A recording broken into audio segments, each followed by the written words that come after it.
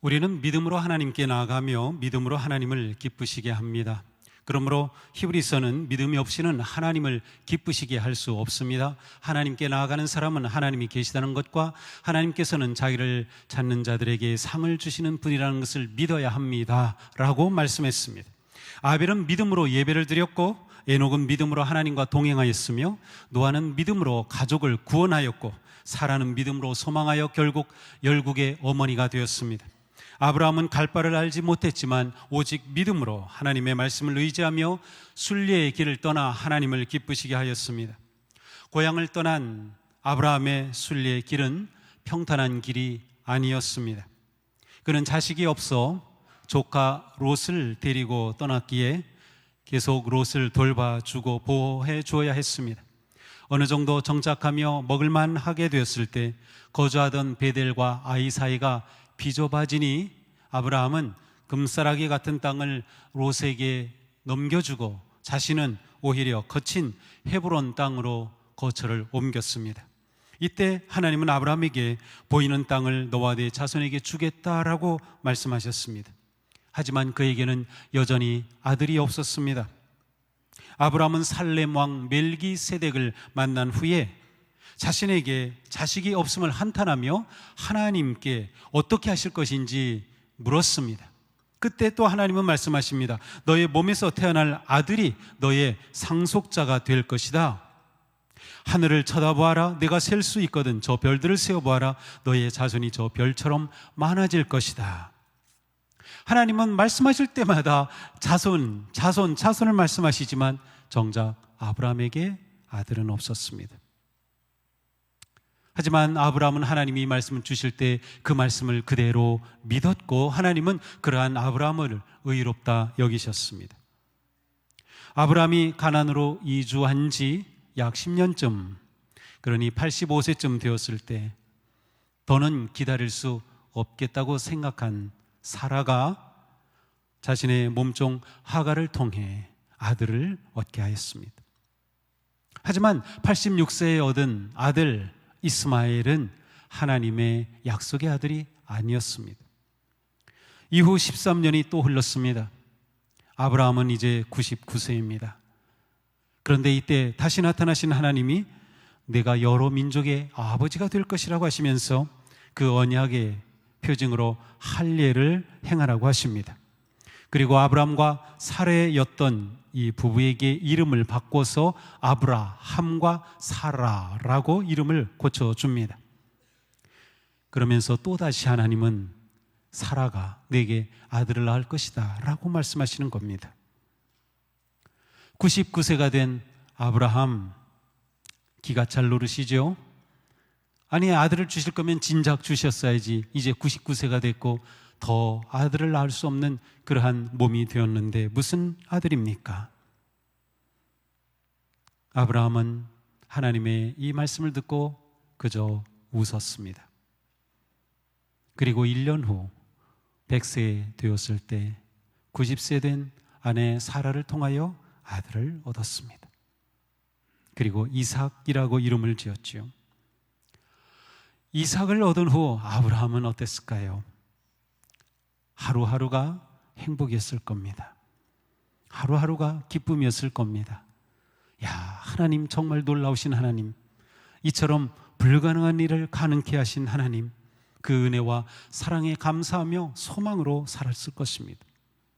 아브라함의 꿈은 오직 하나, 그것은 하나님께서 언약에 선물로 주신 이 이삭이 건강하게 잘 자라고 정말 그를 통하여 많은 자손이 나와 한 민족을 이루는 그 소망, 그것뿐이었습니다. 그런데 어느 날 그에게 청천벽력 같은 일이 일어납니다. 하나님이 아브라함을 시험해 보시려고 그를 부르셨다. 아브라함아 하고 부르시니 아브라함은 예, 여기 있습니다 하고 대답하였다. 하나님이 말씀하셨다. 너의 아들, 네가 사랑하는 외아들 이삭을 데리고 모리아 땅으로 가거라. 내가 너에게 일러주는 산에서 그를 번제물로 바쳐라. 하나님의 이 명령은 하나님께서 아브라함에게 약속하시고 이루어 주신 그 모든 것을 스스로 부인하시는 그런 명령입니다. 하나님이 계속 아브라함에게 약속해 주신 그 약속이 성취되기 위해서는 하나님이 은혜로 주신 선물인 이삭의 생명이 보존되어야 하는 것이죠. 이삭이 죽으면 어떻게 그의 자손이 있겠습니까? 어떤 상황에서도 이삭의 목숨만큼은 잃어서는 안 되는 겁니다. 그런데 하나님은 아브라함에게 언약과 복의 선물로 허락하신 아들 이삭을 제물로 잡아 바치라는 것입니다. 하나님의 명령대로 이삭을 제물로 바친다면 지금까지 하나님께서 아브라함에게 주셨던 모든 약속은 무효가 됩니다. 이삭이 죽은 판에 무슨 약속이 이루어지겠어요? 아브라함의 미래는 완전히 사라지는 겁니다. 하나님의 약속도 파기되는 거죠. 하나님의 이 시험은 너무나도 혹독한 시험이었습니다. 자, 이 명령을 받은 아브라함은 어떻게 했을까요? 아브라함이 다음날 아침에 일찍 일어나서 나귀의 등에 안장을 얹었다. 그는 두 종들과 아들 이삭에게도 길을 떠날 준비를 시켰다. 번제에 쓸 장작을 다 쪼개어 가지고서 그는 하나님이 그에게 말씀하신 그곳으로 길을 떠났다. 자, 하나님의 명령인 2절과 아브라함이 행동한 3절 사이에는 아무런 기록이 없습니다. 아브라함이 하나님께 왜 그러십니까? 이유를 물었거나 하나님 그대로 하셔야 됩니까? 뜻을 바꾸실 수 없습니까? 구한 것이 없습니다. 2절과 3절 사이에서 아브라함의 마음은 엄청난 갈등과 고통 가운데 휩싸였던 것일까요? 하나님에 대한 인간적 호소와 눈물의 간구가 있었을까요? 성경은 어떠한 상상의 실마리도 제공하지 않고 아브라함이 즉시 하나님의 명령에 순종하였음을 전해줍니다. 하나님의 명령은 아브라함에 대한 시험이었습니다. 우리는 이 말씀을 볼 때 시험하였다라고 시작되기 때문에 이것은 테스트구나 라고 읽습니다. 하지만 아브라함은 이것이 시험이라고는 전혀 상상도 하지 않았습니다. 아브라함에게 이것은 실제적인 일이었습니다. 하나님은 아브라함에게 좋은 것, 그것도 가장 좋은 것, 가장 귀한 것, 가장 소중한 것, 가장 중요한 것을 포기하기를 요구하심으로 시험하셨습니다. 하나님은 분명히 말씀하셔요. 너의 아들, 내가 사랑하는 아들, 외아들 이삭 내게 바쳐. 아브라함은 그렇게 기다려 얻은 아들, 그것도 하나님의 언약의 성취와 미래의 약속으로 주신 사랑하는 외아들을 하나님께 바쳐야 했습니다. 아브라함에게 주신 하나님의 명령의 핵심은 아들을 제물로 바치라는 것입니다. 아들을 제물로 바쳐 제사하라는 것이죠. 다시 말하면 하나님을 예배하라는 명령입니다.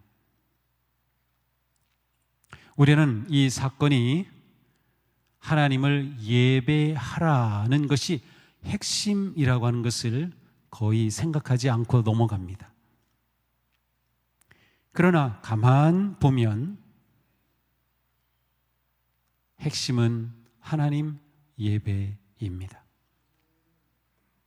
하나님은 아브라함에게 온전한 자기 포기와 희생으로 예배할 것을 명령하신 거죠. 아브라함은 이 명령에 온전히 순종하여 다음날 아침 일찍 일어나서 하나님이 말씀하신 모리아 산으로 이삭과 함께 두 종을 데리고 출발하였습니다.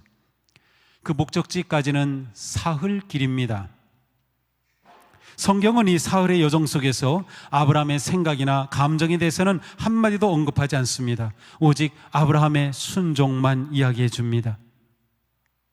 그래서 이 장면을 영화로 만든 것들을 보면 그것은 감독의, 작가의 상상력이 100% 발휘된 내용들로 구성되어 있습니다. 사흘길, 이것은 성경에서 가장 중요한 것을 준비하는 기간입니다.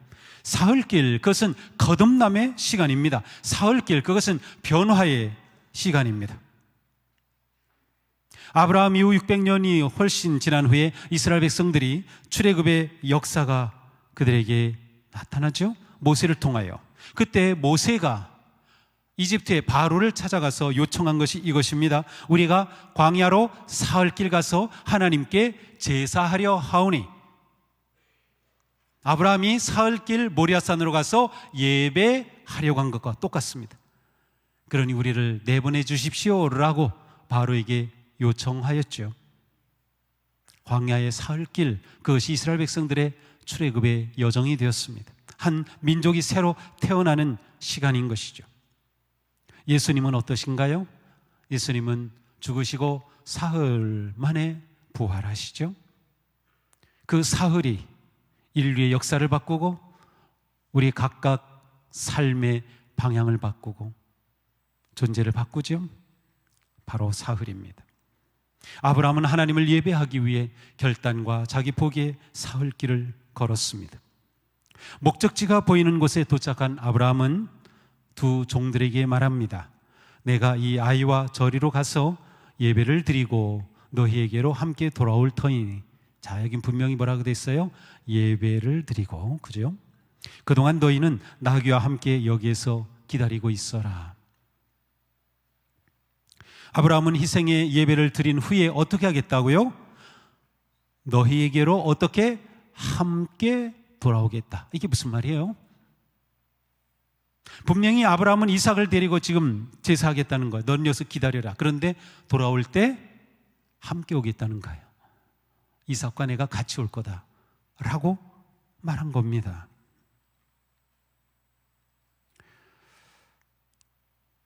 아브라함은 이삭을 선물로 주신 하나님께서는 이삭을 통해 놀라운 미래를 계획하고 계심을 확신했습니다.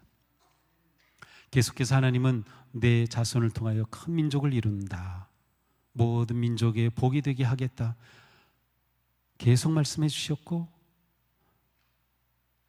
아브라함은 여전히 이삭을 통해 하나님께서 그 영광스러운 미래를 만들어 가실 것을 확신하고 있었어요. 자, 그런데 동시에 이삭을 주신 그 하나님께서 이제 이삭을 제물로 바치기를 원하신다는 것도 그는 분명히 알고 있었어요. 이 두 가지는 충돌합니다. 하나님이 말씀하신 그대로 큰 민족을 이루기 위해서 이삭은 살아야 합니다. 그런데 하나님은 이삭을 잡아 바치라는 거예요. 번제로 드리라는 거예요. 바로 이 갈등의 자리에서 아브라함의 믿음이 작동하는 겁니다. 굉장히 중요해요. 믿음이 어디서 작동하느냐? 우리가 하나님의 뜻과 말씀 가운데 갈등이 일어날 때 그때 믿음이 필요한 겁니다. 아브라함은 자신의 모든 의심과 뜻과 두려움을 내려놓고 하나님께 온전히 순종하기로 하였습니다. 아브라함은 하나님께서 분명히 이삭을 살리실 것이라고 믿었던 거예요. 다시 오겠다. 아브라함은 살리실 것을 믿었어요. 자, 두 가지 다 믿은 겁니다.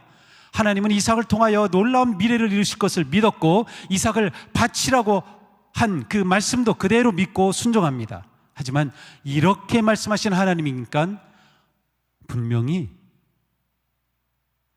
이삭을 살리시지 않을까? 그에게는 그 믿음이 있었던 거죠. 아브라함은 번제에 쓸 나무를 이삭의 등에 지우고 자신은 불과 칼을 챙겨 모리아 산으로 갑니다. 이렇게 아버지와 아들이 함께 걷습니다. 침묵의 동행입니다.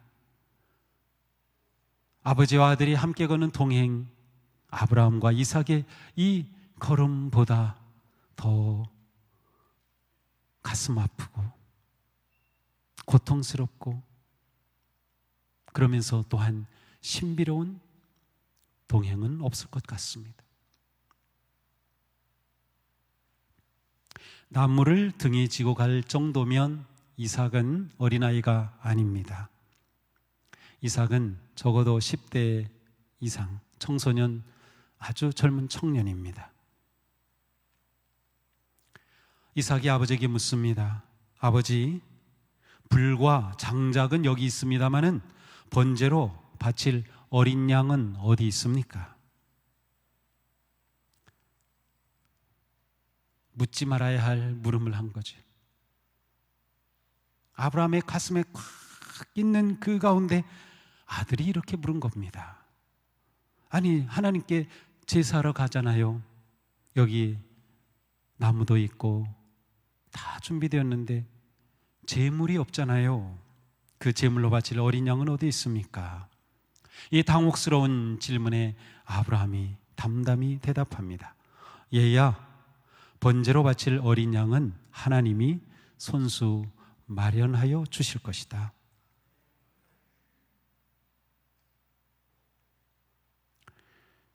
이 질문에 대한 답은 아브라함이 솔직히 아들에게 말하지 못한 거예요. 내가 제물이야. 내가 제물이야. 너를 잡아 바치는 거다. 어떻게 사실 말하겠습니까? 근데 아브라함은 믿음으로 이렇게 대답한 거예요. 하나님이 손수 마련해 주실 것이다. 어떻게 보면 하나님께 책임을 떠넘긴 거예요. 하나님의 말씀에 지금 순종해서 가고 있는 아브라함, 그거 하나님이 책임질 일이야? 차마 자신이 너를 주게 한다고 말할 수 없었던 거죠. 마침내 아브라함과 이삭은 모리아산에 올라 번제를 드리기 위해 돌로 제단을 쌓았겠죠. 그리고 그 위에 장작을 얹어 놓았습니다. 그리고 제물이 어디 있습니까? 이삭이죠. 그러니 이삭의 손을 묶었을 것 같습니다. 그리고 이삭을 장작더미 위에 눕게 합니다. 아브라함의 행동에는 머뭇거림이 없습니다. 자신이 이삭에게 말했던 것처럼 정말 하나님께서 혹시 뭘 준비해 주시기나 할까 두리번거린 것이 없습니다. 이제 이삭의 운명은 아버지의 손에 들린 칼에 달려 있습니다. 아브라함은 아들을 제물로 드린다는 것이 아버지로서는 할 수도 없는 일이고 해서도 안 될 일이었지만 하나님의 명령이었기에 순종해야 한다는 그 마음뿐이었습니다. 그에게 있어서 하나님은 나에게 무엇이든 요구하실 수 있는 분이었습니다. 그 하나님의 요구가 내가 이해할 수 없어도, 내가 받아들일 수 없어도 하나님의 요구는 정당하다. 따라서 그는 그 말씀에 순종하는 겁니다. 이제 아브라함은 그의 뼈든 칼로 이삭의 심장을 겨누고 내리찍을 순간에 하늘에서 급하게 천사의 소리가 들립니다. 아브라함, 아브라함. 그 아이에게 손을 대지 말아라. 그 아이에게 아무 일도 하지 말아라. 내가 너의 아들, 너의 외아들까지도 나에게 아끼지 아니하니 내가 하나님 두려워하는 줄을 내가 이제 알았다. 급하게 아브라함을 멈추면서 아브라함이 신속하게 순종하고 신속하게 모든 것을 희생하는 그것에 하나님이 당황하신 겁니다. 그리고 멈추게 한 후에 정말 내가 나를 경외하는 걸 알았다. 내가 정말 나를 예배한다는 것을 알았다고 말씀하신 거예요. 이렇게 아브라함은 하나님의 시험을 통과하였습니다. 아브라함의 믿음은 시험을 통과한 믿음입니다. 히브리서는 이렇게 증언합니다. 아브라함은 시험을 받을 때 믿음으로 이삭을 바쳤습니다. 더구나 약속을 받은 그가 그의 외아들을 기꺼이 바치려 했던 것입니다. 아브라함은 온전한 순종과 희생으로 시험을 통과했습니다. 아브라함의 믿음은 전능하신 하나님을 온전히 의지하고 신뢰하는 믿음이었습니다. 자신의 생각과 지식과 계산과 감정을 뛰어넘는 믿음이었습니다. 이해할 수 없는 모든 것을 내려놓고 온전히 하나님께 맡긴 믿음이었습니다. 자신의 미래도, 아들의 생명도, 언약의 성취도 모두 하나님께 맡겼습니다. 참된 믿음의 본질은 거룩하고 선하시고 지혜로우신 전능의 하나님을 신뢰함으로 온전히 희생하고 순종하는 것입니다.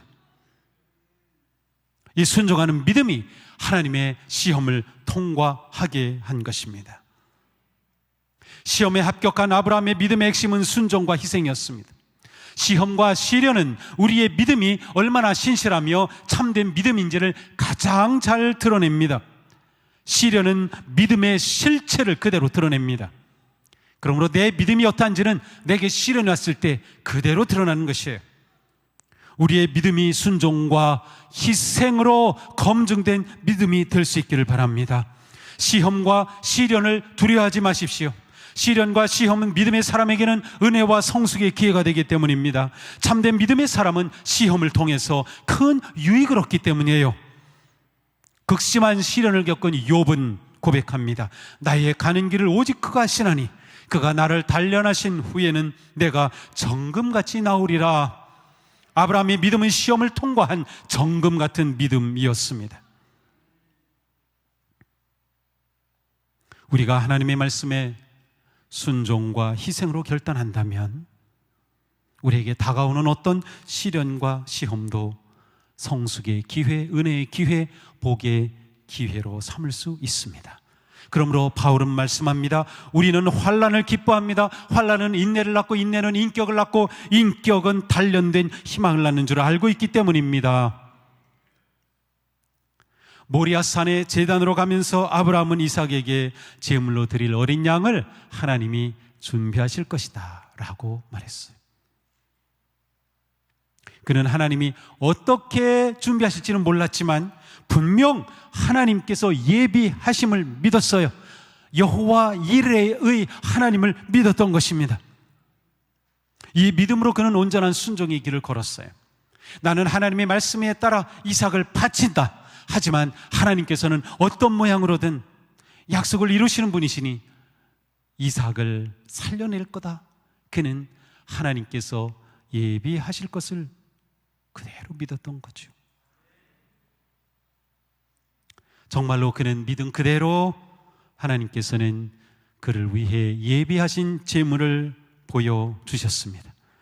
그가 아들을 잡으려는 순간 천사의 음성이 들리고 그리고 하나님이 예비하신 숫 염소가 수풀에 걸려있는 것이 보였습니다. 이렇게 하나님은 숫양을 보내셔서 제물로 바치게 하셨습니다. 아들을 제물로 잡아 바치라는 것은 하나님의 시험이었던 것이죠. 그러므로 하나님은 이방의 신들처럼 인신 제사를 원하시는 분이 아니었습니다. 하나님은 온전히 하나님을 경외하고 예배하는 아브라함에게 제물로 사용될 숫양을 공급해 주셨습니다. 천사는 아브라함에게 네가 하나님 두려워하는 줄을 내가 이제 알았다. 시험에 합격함으로 아브라함은 하나님을 경외해야 하는 자라는 인정을 받았습니다. 하나님은 아브라함을 참된 예배자로 인정한 것이에요. 하나님을 경외함, 그 하나님 앞에 순종함, 그 하나님 앞에 희생을 온전히 드림, 바로 예배의 핵심이 아닙니까? 아브라함은 어떤 대가를 치르더라도 어떤 희생이 따르더라도 하나님을 경외하고 순종하는 참된 예배자였던 것입니다. 1000년 후에 바로 이곳 아브라함이 아들 이삭을 제물로 바친 이 모리아 산 이곳에 성전을 세우게 하셨습니다. 솔로몬이 세운 예루살렘 성전은 바로 모리아산, 아브라함이 아들을 제물로 바친 그 자리였습니다. 아브라함이 하나님 앞에 참된 예배자로 인정받은 그 자리 위에 하나님을 예배하는 성전을 세웠던 것이죠. 아브라함은 우리에게 참된 예배자, 참된 예배가 무엇인가를 보여줍니다. 오늘 우리의 예배에 온전한 헌신과 희생이 있습니까? 함께 하시고 공급하시는 하나님을 온전히 신뢰하며 믿음으로 순종의 예배를 드리고 있습니까? 우리는 여호와 이레의 믿음으로 예배하고 있습니까? 여호와 이레의 믿음으로 드리는 예배는 자신을 하나님께서 받으실 산 제물로 드리는 예배입니다. 로마서에 말씀하죠. 여러분의 몸을 하나님께서 기쁘시게 받을 산 제물로 드리십시오. 이것이 여러분이 드릴 합당한 예배입니다. 아브라함이 그러했습니다. 그 자신을, 그의 아들을 하나님 앞에 받으시려 산 제물로 드렸던 것이죠. 그러므로 아브라함의 승리는 예배의 승리였습니다. 아브라함의 믿음은 오직 여호와 이레 하나님을 의지하고 신뢰함으로 예배하는 믿음이었습니다. 지금 우리의 예배는 지나치게 편리주의에 빠져 있습니다. 어떻게 더 편하게 예배드릴까? 지금 우리의 예배는 하나님께 드리고 희생으로 나아가기보다는 내가 누리고 받는 것에 더 빠져 있습니다. 하나님 중심이 아니라 자기 중심의 예배에 빠져 있는 것이죠. 아브라함은 지금 우리에게 희생과 순종으로 하나님을 예배하는 참된 예배자가 될 것을 촉구하고 있습니다. 이곳에 우리 모두가 진정으로 희생과 순종과 헌신을 담은 참된 예배자가 되기를 축복합니다. 아브라함은 전능하신 하나님을 온전히 신뢰하였기에 하나님의 능력을 조금도 의심하지 않았습니다. 그는 하나님께서 약속하신 것은 반드시 이루신다는 믿음이 있었습니다. 그러니 하나님께서 약속해 주신 그대로 아들을 통하여 큰 민족을 이루실 것이라는 그 믿음 변하지 않았습니다. 그렇다면 그가 어떻게 이 아들을 바쳤겠습니까? 능력의 하나님께서는 내가 아들을 바쳐도 이삭을 통하여 어떻게든 그 약속을 이루실 것이라고 하는 믿음이 있었어요. 그 믿음이 바로 아들을 하나님께서는 어떤 모양으로든 살리실 것이라는 믿음이었죠. 그러므로 아브라함은 믿음 안에서 그의 갈등이 결단이 된 것입니다. 이게 믿음의 삶의 멋진 모습이에요. 우리에게 믿음이 있다는 것은 우리가 하나님의 뜻을 믿고 하나님의 은혜를 믿고 하나님의 능력을 믿고 나아갈 때 때때로 우리에게는 갈등의 순간들이 옵니다. 아니 분명히 하나님의 뜻에 순종한 것인데 어떻게 이러한 일이, 어떻게 이러한 고난이, 어떻게 이러한 시련이, 어떻게 이러한 실패가 나에게 있는 거야. 그러나 우리가 능력의 하나님을 의지하고 신뢰한다면 우리는 믿음으로 그 고통과 그 아픔의 순간이 기쁨으로 주님 앞에 헌신하는 은혜의 순간으로 바뀔 수 있는 거죠. 이 믿음을 히브리서는 이렇게 표현합니다. 하나님께서는 이삭을 죽은 사람들 가운데서 되살릴 수 있다고 아브라함은 생각했던 것입니다. 자, 아브라함이 일단 생각했던 것은 내가 이삭을 비록 잡아 죽이지만 하나님께서는 어떤 모양으로든 그를 되살릴 거다. 근데 사실 아브라함의 생각보다 하나님의 방법은 더 놀라웠습니다. 아브라함이 이삭을 제물로 바치지 않고도 그의 예배를 하나님께서 받아주시고 이삭 대신에 수량으로 예배할 수 있도록 해주신 거죠. 성경은 아브라함의 이 믿음을 부활의 믿음과 연결시킵니다. 사실 이삭은 죽었다 살아난 거죠.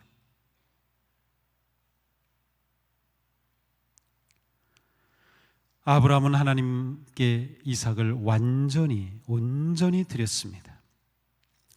그것은 그 속에 하나님께서는 죽은 자도 살리실 수 있다고 하는 부활의 믿음, 하나님의 능력을 의지하는 믿음 있었기 때문이죠.